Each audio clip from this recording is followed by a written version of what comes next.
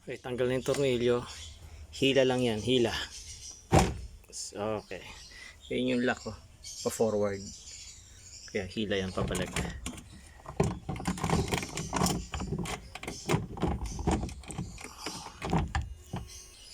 So, hindi matatanggal to dahil nakasabit sa transmission. Ilalagay mo tong transmission sa neutral or kahit saan, basta lang mawala. Para malipat mo yan, saksakan mo. Then make sure handbrake,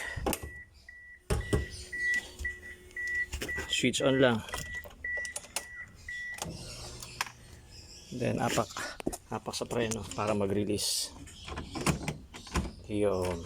Then patay uli. Hindi mo mahuhugot yung susi pag naka-neutral.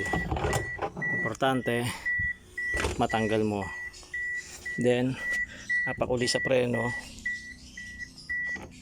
balik mo uli sa park, then tanggal na susi.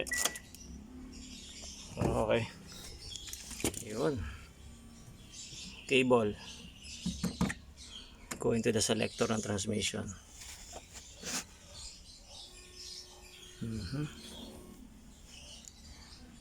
Okay.